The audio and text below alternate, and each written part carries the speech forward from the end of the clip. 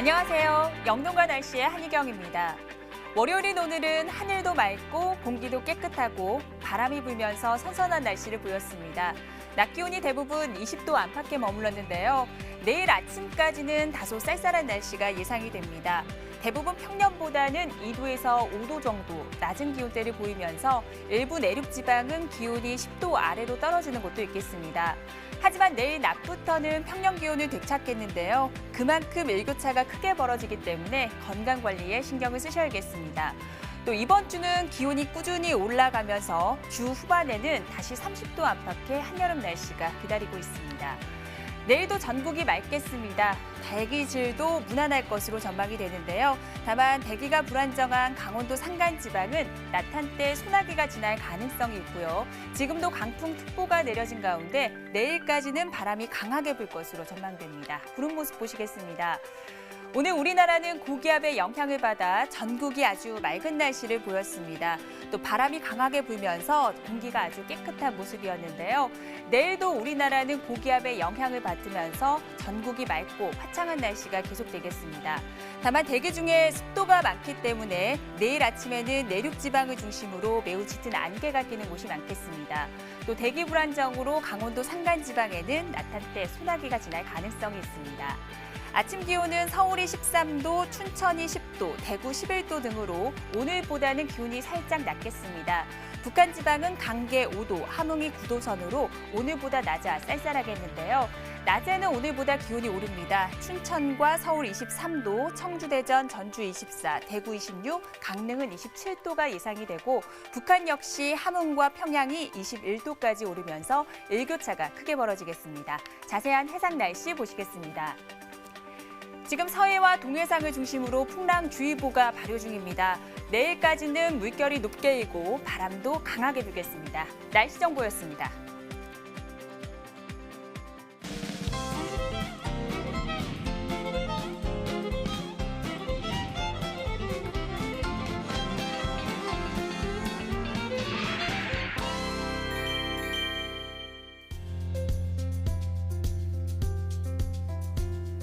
날씨를 알면 농사가 보인다. 영동과 날씨 오늘은 K웨더의 반기성 센터장과 함께 한 주간의 날씨를 전망해 보도록 하겠습니다. 안녕하세요. 네, 안녕하세요. 월요일의 남자 반기성입니다.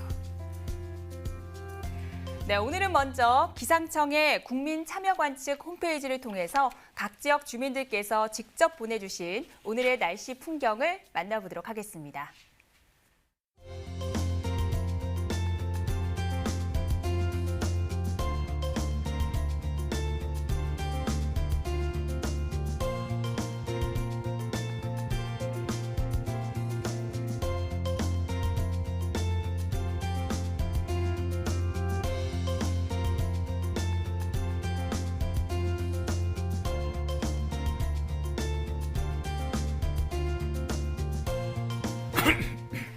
네, 오늘 하늘이 무척 맑았습니다. 이번에는 이 시간 기상특보 상황을 확인해 보도록 하겠습니다. 오늘 바람이 강하게 불면서 서해와 동해상에는 풍랑주의보가 발효 중입니다. 또 강원도 산간지방에는 강풍주의보가 내려져 있는데요. 내일까지 이 지역에는 바람이 몹시 강하게 불 것으로 보여서 시설물 관리에도 유의를 하셔야겠습니다. 오늘은 이렇게 바람이 불면서 마치 초가을처럼 선선한 날씨를 보였습니다. 하지만 지난주는 한여름처럼 더운 날씨였는데요. 실제로 지난주에 평균 기온은 어땠는지 분석 좀 부탁드립니다. 실제로 지난주 기온이 평균보다 상당히 높았죠. 네. 각 지역별로 지난주 평균 기온을 한번 좀 자세히 알아보겠는데요. 먼저 지난주 일요일이었던 12일부터 토요일인 18일까지 한 주 동안 서울, 경기도, 강원도를 포함한 중북부 지방의 평균 기온은 20.4도였어요. 작년보다는 1.7도, 평년보다는 무려 3.7도가 높은 무더운 날씨를 보였습니다.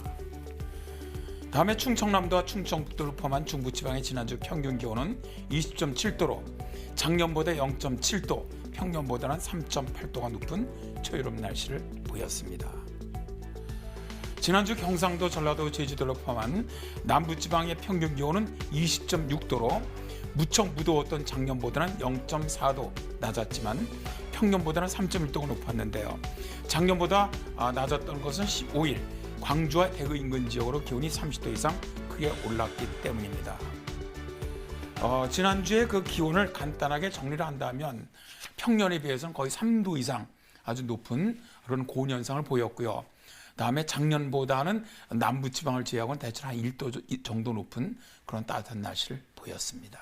네, 매년 더위가 빨라지고 있는 것 같습니다. 기온도 이른 시기부터 높아지고 있는데요. 실제로 지난주에는 올 들어 처음으로 폭염특보가 내려지기도 했잖아요.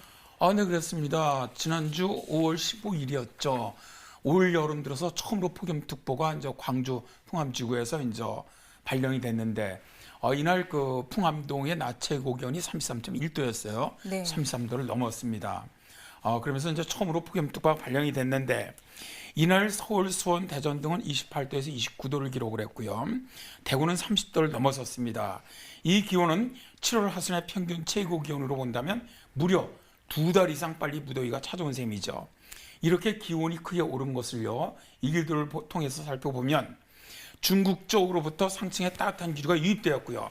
광주는 남동풍이 불면서 지형적인 영향이 더해졌죠. 그러면서 기록적인 폭염이 5월 중순에 발생하게 된 건데요. 폭염특보는 2008년 6월 이후에 이 제도가 실시됐는데 특보 발표 이후에 11년 만에 가장 빠른 특보가 이번 광주 폭염주의보였습니다. 지금까지는 2016년 5월 19일 경기 동부지방, 2017년 5월 19일 대구 인근지방에서 발령되었는데 그때보다 4일이나 빠른 폭염특보가 발령된 것이죠. 네, 기상학적으로 일평균 기온이 20도 이상 올라가고 그 이후에 다시 기온이 떨어지지 않으면 여름이 시작됐다고 볼 수가 있는데요. 이런 기준으로 봤을 때 여름은 이미 시작이 된 거죠?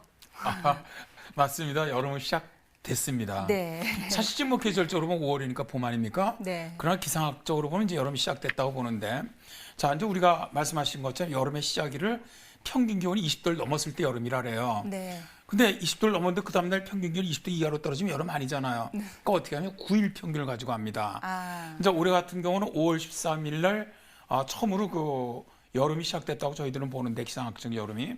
그럼 그 앞에 4일, 그러니까 5월 9일이죠. 그 다음에 5월 13일 뒤에 4일, 5월 17일. 그러니까 9일 동안 평균 기온을 쭉 올해 내보니까 20.3도, 20도가 넘은 겁니다. 그러니까 올해 서울 지방의 여름 시작일은 5월 13일이라고 할 수가 있고요. 자, 이제 기상청은요, 계절의 시작일을 10년 단위로 산출하고 있는데요. 서울 기준으로 2011년에서 18년까지 여름 구간 시작일이 5월 22일이었어요. 네. 그러니까 올해 같은 경우는 9일 이상 상당히 빨리 여름이 시작됐다고 보시면 되겠습니다. 네, 이렇게 여름이 빨리 시작되면서 농업 일정도 앞당겨지고 있습니다. 모내기도 보름 이상이나 빨리 진행되고 있는 상황인데요. 농촌진흥청의 실험 결과 모내기 시기가 빨라지면 이 품질이 좋은 쌀의 수확량이 5%가 줄어들고요. 또 쌀아기 발생률이 35% 이상 증가했다고 합니다. 생육 적기에 맞춰서 작물을 심어야만 수량과 품질 좋은 농작물을 생산할 수 있다는 점 유의하셔야겠습니다. 그럼 이번에는 전국 쌀 생산지의 내일 날씨를 확인해 보도록 하겠습니다.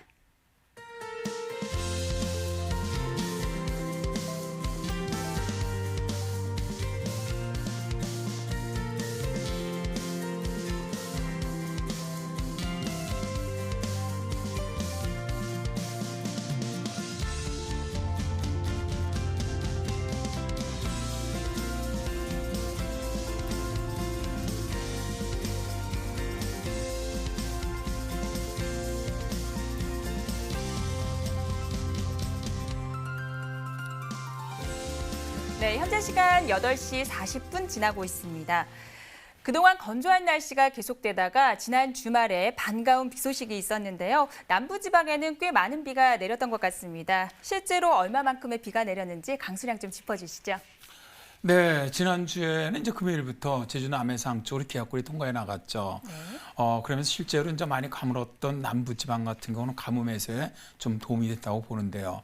각 지역별로 그 강수가 내린 걸 보면은 남부지방은 31mm가 내렸지만 중부지방은 6.9mm, 중북부지방은 1.1mm. 그러니까 사실 중부나 중북부지방은 가뭄 해소에 거의 도움이 되지 못했는데요. 이 강수량은 많은 비가 내렸던 작년보다는 뭐 엄청 적고요. 평년에 25mm 수준으로 볼 때도 남부지방은 좀 더 많이 내렸지만 중북부, 중부지방은 매우 적게 내렸음을 알 수가 있습니다. 이번 주간도 비가 내릴 가능성이 없거든요. 좀 농작물 물 관리 좀 각별히 해주셔야 되겠습니다. 네, 이번 주는 기온이 점차 오르겠고 당분간 비 소식은 없는 상태입니다. 농민께서는 농업용수 확보에도 신경을 쓰셔야겠습니다. 주말에 내린 비 덕분에 공기가 한층 깨끗해졌습니다. 오늘은 숨쉬기가 정말 편안한 하루였는데요. 이번 주 미세먼지 예보 부탁드릴게요. 정말 오늘날 같았으면 좋겠습니다. 네. 너무 이번 주 초반에는 좋겠어요. 그런데 주 후반으로 들어가면서 조금씩 이제 나빠질 걸 일단 예상이 되는데요. 일단 화요일, 수요일은 국내 대기 흐름이 원활해요. 그러면서 일단 뭐 보통 이상으로 좋을 것으로 보이는데 이제 목요일부터는 일단 국외로부터 오염물질이 유입되는 데다가 우리나라 대기가 좀 안정되거든요. 그러다 보니까 정체될 것으로 보이다 보니까 목요일 날은 오전 한때 나쁨 예상되고요. 24일은 오전 나쁨, 그다음에 25일은 전국적으로 나쁨 상태가 되지 않겠나 그렇게 예상이 됩니다. 네, 이번 주는 주 초반에는 대기질이 괜찮다가 주 후반으로 갈수록 나빠질 것으로 예상이 됩니다. 이렇게 미세먼지가 국가적 또 사회적인 문제가 되면서 지난달 우리나라에서는 미세먼지 문제 해결을 위한 국가기후 환경회의가 출범하기도 했습니다. 이 환경 문제를 두고서 범국가적인 기구가 만들어진 첫 번째 사례라고 할 수 있는데요. 우리 월요일의 남자죠. 센터장님께서 이 기구의 전문위원으로 위촉되기도 했습니다. 워낙 국민들의 관심이 높은 사안인 만큼 어깨가 많이 무거우실 것 같은데요. 앞으로 이 국가기후 환경회의가 어떤 일을 하게 되는지 자세하게 소개 좀 부탁드릴게요. 이제 말씀하신 것처럼 국가기후 환경회의는 정식 명칭이 미세먼지 문제 해결을 위한 겁니다. 네. 그러니까 이제 미세먼지가 지금 사회적 재난으로 됐지 않습니까? 특히 올해 3월 같은 경우는 아주 또 최저의 미세먼지가 발생하다 보니까 많은 국민들이 불안감을 느끼시고 그러다 보니까 이 문제를 근본적으로 좀 해결하기 위한 어떤 방안이 필요하지 않겠느냐 그런 필요해서 생긴 것이죠. 그래서 이제 사실상 우리나라 어떻게 보면 이런 미세먼지 문제를 근본적으로 해결하기 위한 그런 방안을 제시하기 위해서 범국가기구가 이제 만들어진 건데 여기에 위원장으로 전 유엔 사무총장이셨던 반기문 씨가 위원장을 맡으셨고요. 네. 저는 거기에 전문위원으로 참여를 합니다. 그래서 어쨌든 이 미세먼지 문제를 갖다 근본적으로 해결할 그런 방안을 제시해야 하는데 일단 여러 지금 각계각층의 많은 전문가들 또 국민 참여단도 한 500명이 참여하지 않습니까? 그래서 이런 회의를 거쳐서 9월 초까지는 올 겨울에 대비하는 단기적인 대책이 나올 것 같아요. 그 후에는 정말 근본적인 장기적으로 이 문제를 해결에 한 방안을 계속해서 내놓을 것으로 이렇게 예상을 하고 있습니다. 네. 이 기구는 일단 대통령 직속 기구고요. 네. 일단 미세먼지 문제 해결을 위해서 상당히 큰 일을 할 거라고 생각을 하고 있습니다. 맞습니다. 그동안 우리 센터장님께서 미세먼지에 관한 연구를 꾸준히 해오셨잖아요. 그만큼 좋은 방법, 해결 방법을 내놓으실 거라 믿고 응원하겠습니다. 네, 고맙습니다. 사실 농업방송에 출연하면서 저로서는 이렇게 국가에 어떻게 보면 기여할 수 있는 이런 전문위원을 맡게 됐거든요. 네네. 굉장히 감사하게 생각을 하고요. 역량은 부족하지만 최선을 다해서 좋은 방안이 나올 수 있도록 노력을 하겠습니다. 네, 잘 부탁드립니다. 계속해서 한 주간의 날씨도 부탁드릴게요. 자, 이번 주에는 정말 맑은 날씨가 계속됩니다. 비 오는 날이 없습니다. 일단 한번 지역별로 날씨를 살펴보도록 하죠. 서울, 경기도, 강원도 지역의 이번 주 날씨는 주 초반에는 남고 북지형 기압배치에서 맑겠고요. 주 후반에는 이동성 고기 영향으로 맑은 날씨가 이어집니다. 자, 이제 충청남도와 충청북도 이번 주 날씨는 주간 내내 맑은 날씨가 이어지겠는데요. 주 초에는 바람이 다소 강하게 불 것으로 보이고 건조특보 지역이 늘어날 것으로 보이니까 작물 물주기 유의하시기 바랍니다. 자, 이번 주 경상도, 전라도, 제주도 지역도 일주일 내내 고기압 영향을 받으면서 대체로 맑은 날씨가 이어집니다. 특히 주 후반에는 기온이 큰 폭으로 오르면서 30도 내의 폭염이 예상되니까 건강관리 각별히 유의하시기 바랍니다. 네, 이번 주는 꾸준히 맑은 날씨가 이어지면서 기온도 점차 오르겠습니다. 주말에는 다시 30도 안팎의 한여름 날씨가 예상되니까요. 이 점 염두에 두셔야겠습니다. 이번에는 역사 속에 기록된 농업 이야기를 통해서 우리 선조들의 지혜를 엿보는 시간이죠. 역사 속의 영농 이야기 함께 만나보시죠.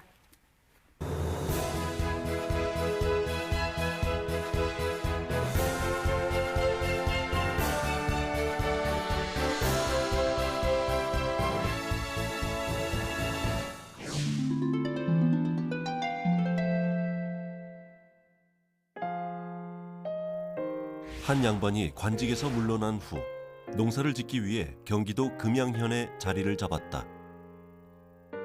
그는 손수 씨를 뿌리고 채소를 가꾸며 농사일을 시작했지만 오랫동안 관직에 머물렀던 그에게 농사란 매우 어려운 일이었다.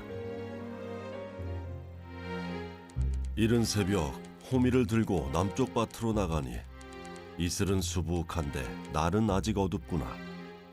어린 싹은 나를 위해 이슬에 젖어 크는데 내 어찌 옷이 젖는다고 이슬을 탓할 수 있으랴.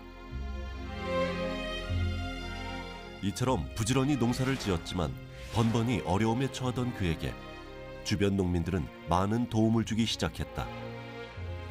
그리고 그는 여러 농서에 기록된 농법과 실제 농업 현장에서 사용되는 농법이 다르다는 것을 깨닫게 되고 그 후 농민들에게 보고 들은 것을 전부 기록하기 시작한 선비.